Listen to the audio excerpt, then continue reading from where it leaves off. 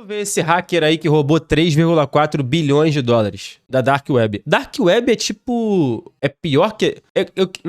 No meu entendimento primário, a gente tá navegando pela web, né? Que é a internet que a gente conhece. A Deep Web já é um bagulho que só quem tem acesso é gente diferente. Dark Web é como se fosse, meu irmão, troço mais complicado ainda, é isso? Dark Web, terror, Deep Web, pirataria e crime. Entendi. Novembro de 2021. Os investigadores criminais do IRS cercaram esta casa à beira do lago, avaliada em mais de 900 mil dólares na cidade de Nashville, Geórgia. Durante a operação, eles encontraram, escondida debaixo de um cobertor no armário de um banheiro, esta lata de Cheetos. Dentro dela, havia uma placa de computador que continha o equivalente a 3 bilhões e 400 milhões de dólares em bitcoins. Que? Ele é Jimmy Zong. Se tornou o protagonista do maior roubo de bitcoins da história da Dark Web, levando mais de 50 mil bitcoins da Silk Road, que naquela época era um dos mercados mais sombrios e perigosos da Deep Web. À primeira vista, Jimmy parecia apenas um estudante de informática introvertido, diagnosticado com autismo, mas sua mente brilhante criou um plano ousado. Jimmy Zong cresceu no condado de Cobb, ao norte de Atlanta, filho de imigrantes chineses. Mano, a Bitcoin hoje tá custando 455 mil reais. O cara roubou 50 mil Bitcoins. Então seria 455 mil vezes 50 mil. Puta que pariu! Seus pais passavam a maior parte do tempo trabalhando ou brigando entre si, e raramente demonstravam qualquer tipo de afeto. Durante a infância, Jimmy também enfrentava o sobrepeso e fazia parte do espectro autista, o que tornou seus anos de criança bem difíceis e marcados por bullying constante até terminar o ensino médio. Por isso, durante a adolescência, ele encontrou refúgio na frente de um computador. Na internet, ninguém o julgava pela aparência, e ele podia se comunicar só escrevendo. Sua capacidade intelectual era tão alta que ele aprendeu programação de forma autodidata, antes mesmo de entrar na faculdade. Naquela época, a internet era um lugar muito mais anônimo do que hoje, e nela se reunia muita gente excluída na vida real. Com o tempo, seus pais se divorciaram, e depois de se formar no colégio aos 18 anos, ele conseguiu entrar na faculdade graças a uma bolsa. Se matriculou em engenharia de computação na Universidade da Geórgia. Ao se mudar para a cidade universitária de Athens, longe de Atlanta, sua vida tomou outro rumo. Ele estudava algo que realmente amava. Começou a conviver com pessoas com interesses parecidos, saía para beber e conhecer garotas. Mas pela primeira vez, sentia que as coisas estavam começando a melhorar. Em 2009, foi gerado o primeiro bloco de Bitcoin, e Jimmy fazia parte daquela primeira leva de curiosos que exploravam essa nova tecnologia.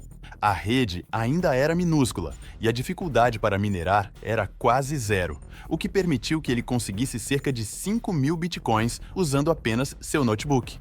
Hoje isso representa uma fortuna, mas naquela época as moedas praticamente não valiam nada. Com o tempo... Cara, como eu queria voltar no tempo pra... ter sabedoria suficiente pra comprar essa porra quando não valia nada, mano. Nossa senhora. Jimmy parou de dar importância e simplesmente esqueceu aquele notebook com todas as criptomoedas dentro. 2 anos depois, o Bitcoin chegou a valer $1, e Jimmy lembrou que em seu notebook antigo tinha 5 mil Bitcoins que valeriam uns 5 mil dólares. Correu para procurar o computador, mas infelizmente o disco rígido estava danificado e não conseguiu recuperar a maior parte do tesouro. De qualquer forma, Jimmy enxergou aí uma oportunidade. O Bitcoin servia para sair para farra com os amigos e finalmente se sentir aceito. Por isso, colocou como meta minerar mais Bitcoin de qualquer jeito.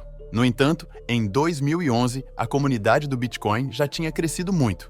Existia uma exchange enorme chamada Mt. Gox, e a dificuldade de mineração tinha subido tanto que já era impossível minerar Bitcoin apenas com um notebook.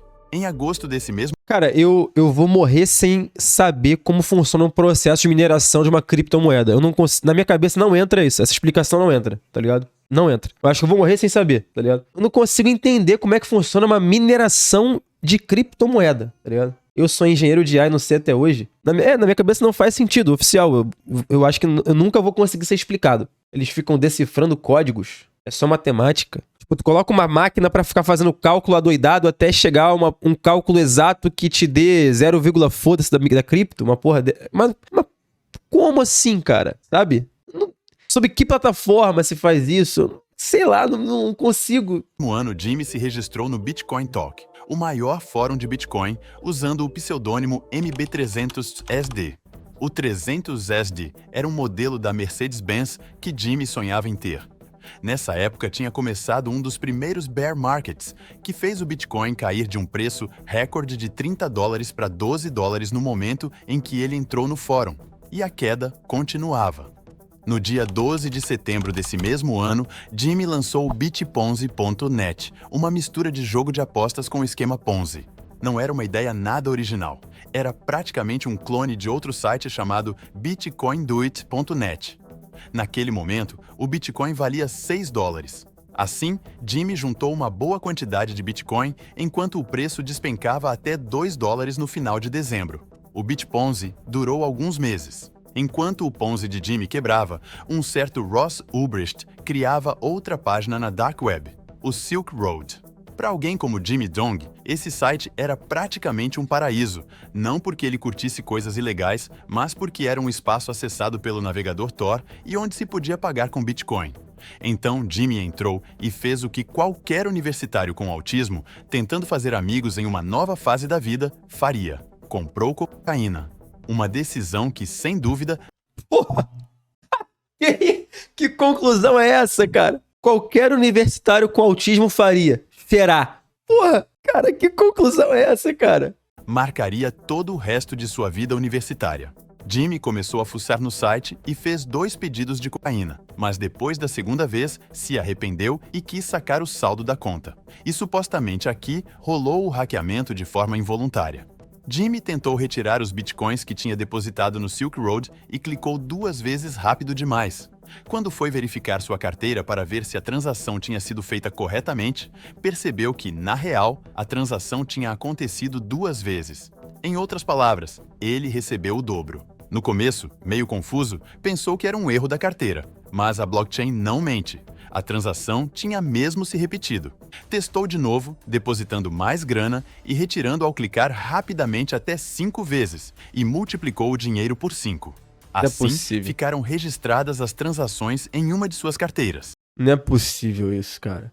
Não é possível que ele, numa cagada dessa, ele aprendeu a... Nossa, não é possível. Não é possível, gente. No início, Jimmy roubou o equivalente a $50 mil em Bitcoin, mas claro que não se contentou com isso e começou a criar várias contas no Silk Road, fazendo 140 transações até juntar um butim de 50 mil Bitcoins, o que na época equivalia a uns $600 mil. Depois desse suposto hack, o próprio Ross Ulbricht teria escrito para Jimmy, e Jimmy contou que tinha descoberto a falha simplesmente clicando rápido 2 vezes. Então, em teoria, Ross Ulbricht lhe deu 5 mil bitcoins como recompensa por mostrar a vulnerabilidade, que depois ele conseguiu corrigir. Depois do roubo, Jimmy usou mixers para misturar o dinheiro e assim evitar que alguém rastreasse, e se registrou no Bitcoin Talk com um novo apelido, Loaded, carregado.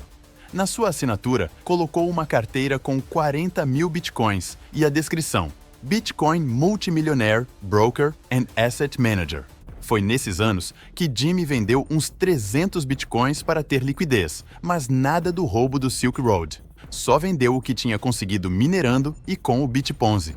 Usou o dinheiro para comprar uma casa em Athens e, como dá para ver na foto, também comprou a Mercedes que sonhava desde adolescente. É verdade. Em teoria, dá para dizer que ele passou despercebido porque não mexeu no dinheiro do Silk Road. Mas isso não é toda a verdade. Jimmy começou a sair cada vez mais para baladas e seguia usando substâncias. Uma noite, estava... Caralho, viveu a vida nosso Jimmyzão, hein, mano? Esse aí viveu a vida, meu irmão. Scalzone, um restaurante italiano, quando encontrou umas garotas e ofereceu cocaína.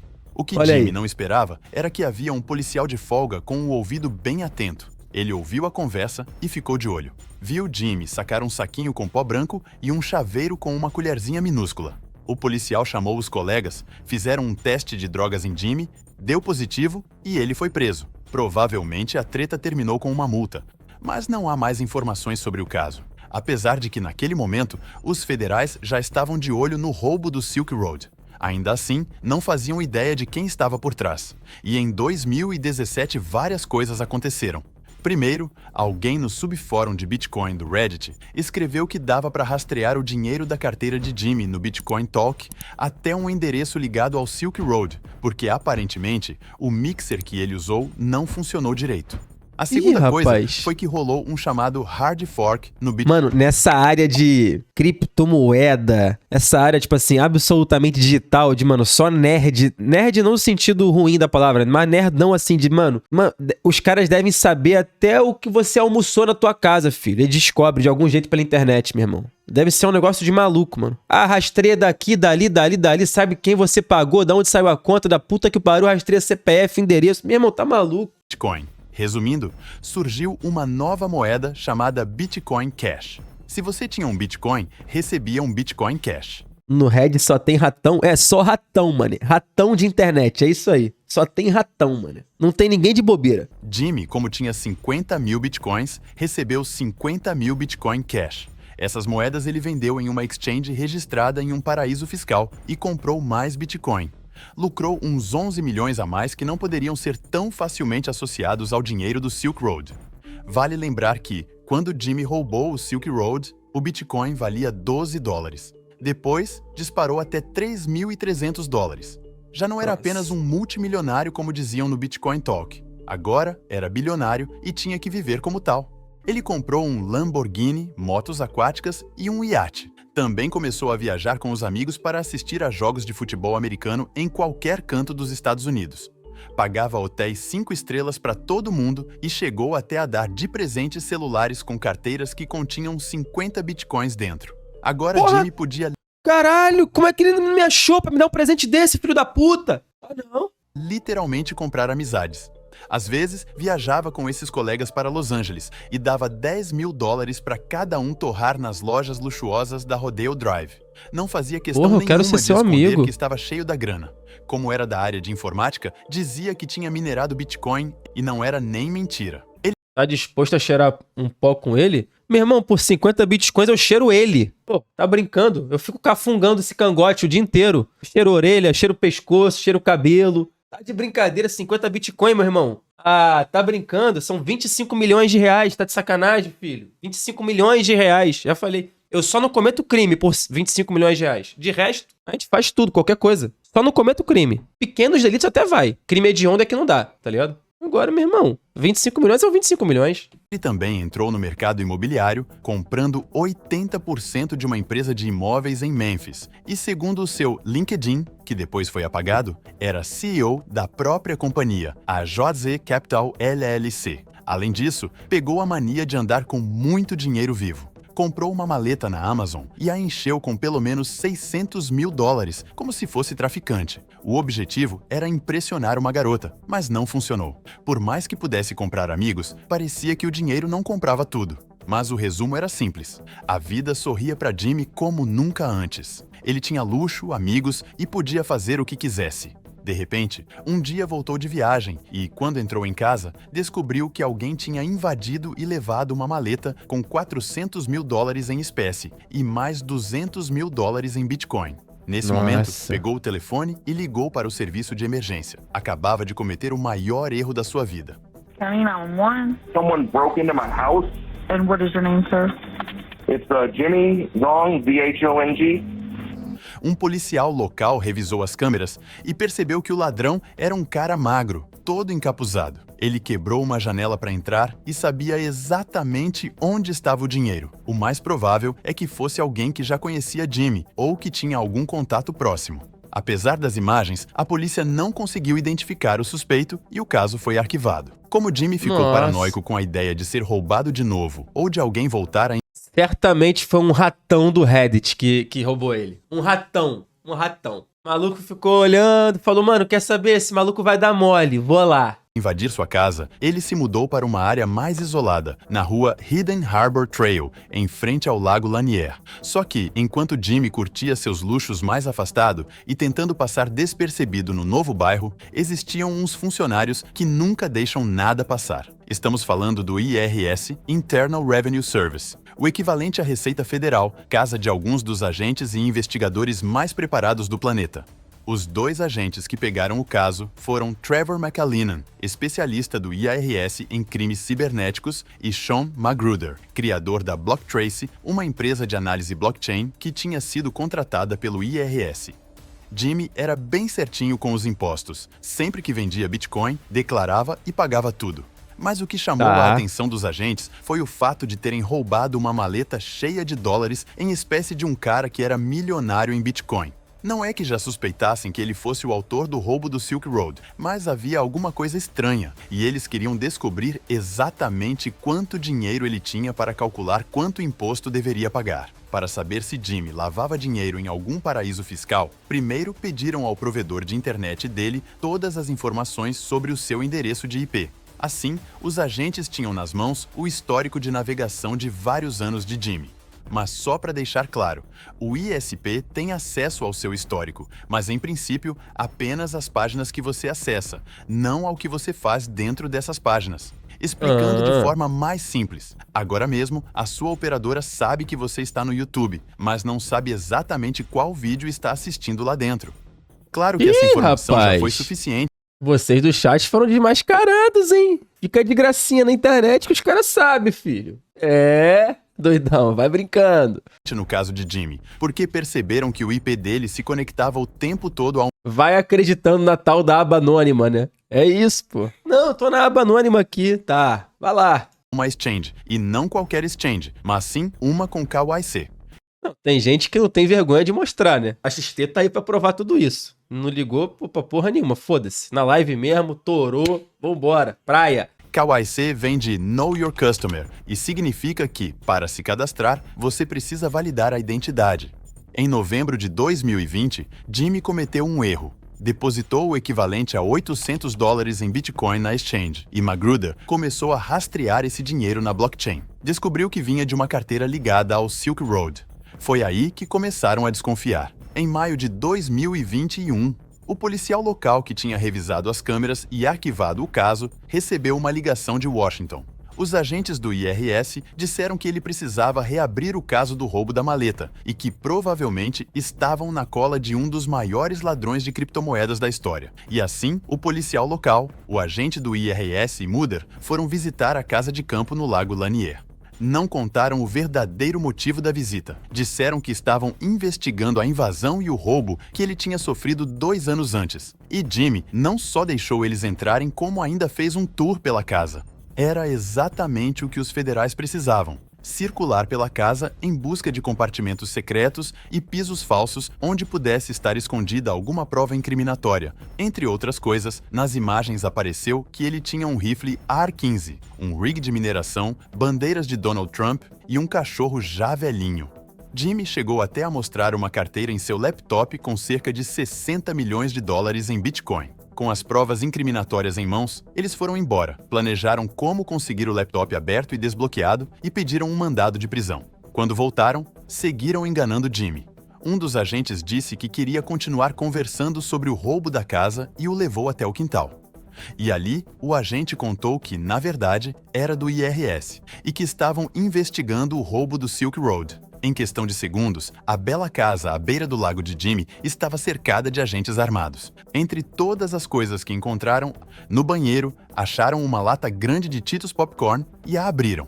Dentro, havia várias toalhas. Foram tirando uma por uma até que a encontraram. A placa-mãe que continha as carteiras com 50 mil bitcoins. Quando Jimmy roubou as moedas, o Bitcoin estava em cerca de $12. Isso dava um roubo de mais ou menos $600 mil. Quase 10 anos depois, com o Bitcoin batendo recordes históricos em cerca de $65 mil, o butim chegava a 3,3 bilhões de dólares. E Jimmy nem tinha encostado neles. Tratava-se da segunda maior apreensão de criptomoedas por parte do governo federal, depois dos 3,6 bilhões em criptos roubadas e ligadas ao hack do Bitfinex em 2016. Apesar de os federais... Moleque, que loucura, bicho. Será que não dropou uma bitcoinzinha, não? Pra cada policial ali, só pela ação, tá ligado? Pra festejar a apreensão. Não dropou? federais já terem as carteiras, ainda não tinham as chaves. Jimmy acabou colaborando com o IRS e entregou as moedas. Bota a moeda de Bitcoin? Mano, não boto, viado. Eu perdi dinheiro naquela época do NFT, mas perdi dinheiro de montão. E aí depois disso não botei mais um centavo, tá ligado? NFT fudeu com a minha vida, né, tempos atrás ali, moleque. Mas eu perdi muito dinheiro, viado, com NFT. Aí eu parei. Inclusive, tiraram dele algumas que, aparentemente, ele tinha conseguido de forma legítima muito antes do hack. Enquanto o julgamento se arrastava, Jimmy perdeu tudo: amigos, dinheiro e luxos. Chegou até a trabalhar como motorista da Uber. O NFT não se compara com Bitcoin? Ah, mas foi a minha primeira experiência com criptomoeda, porra. Aqueles joguinhos NFT lá, Plant da puta que pariu, Bomb Cripto, essas porra, tá ligado? Foi a minha primeira experiência da época, pô. Eu não lembro na época que o Brasil ele deixou de comprar o PlayStation 5 pra botar em Bomb Cripto e perdeu tudo? Tempos lendários que aconteceram isso. Rafael Brasil deixou um PlayStation 5 no Bomb Cripto, pô. Caralho. Mas, pô, mano, essa época aí tava hypado o bagulho, meu irmão. Eu meti ficha no NFT também, perdi um dinheiro legal. Mas enfim, foi minha experiência de entrada nesse universo de criptomoeda aí. Mas, foda. No seu velho Mercedes-Benz. Finalmente, em abril de 2000. Esse secar aí eu fiquei muito puto, mano. Juro pra vocês. A partir do momento que eu comprei vários carrinhos lá pra ficar rodando no secar, deu, mano, 2 semanas o secar faliu. Impressionante. Meti ficha, comprei o carro X. Mano, falei, agora eu vou estourar o bilhete. Vou porrar dinheiro no secar. Faliu. Mano, impressionante. Eu sou um pé frio da porra também, né? Eu sou um zicador do caralho. Impressionante isso, bicho. Impressionante. Em 2023, ele foi condenado a 1 ano e 1 dia de prisão por fraude eletrônica. Segundo o próprio site do Departamento de Prisões dos Estados Unidos, Jimmy saiu da cadeia no dia 3 de abril de 2024.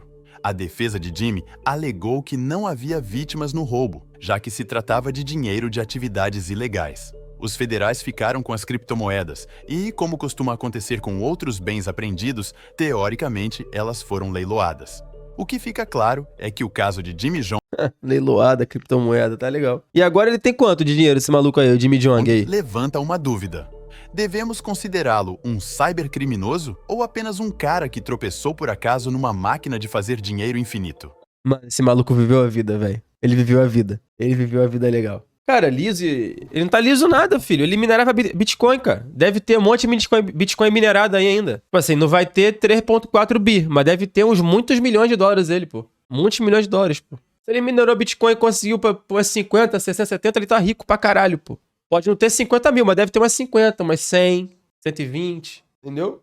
Virou Uber. Cara, eu não escutei não, então não prestei atenção. Pera aí. Bens apreendidos, teoricamente, elas foram leiloadas.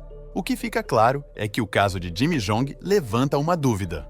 Devemos considerar que Jimmy saiu da cadeia no dia 3 de abril de 2024. A defesa de Jimmy alegou que não havia vítimas no roubo, já que se muito antes? Ah, foda-se então. Se vocês falaram que ele virou Uber pra despistar, eu acredito. tratava de dinheiro de atividades ilegais. Os federais ficaram com as criptomoedas e, como costuma acontecer com outros bens apreendidos, teoricamente elas foram leiloadas. O que fica claro é que o caso de Jimmy Jong levanta uma dúvida. Devemos considerá-lo um cybercriminoso ou apenas um cara que tropeçou por acaso numa máquina de fazer dinheiro infinito? Filho, você é louco, mano. 3.4 bilhões. Alguém aí do chat já meteu ficha em criptomoeda, mano? Ganhou dinheiro, perdeu dinheiro? Como é que foi a experiência de vocês com isso?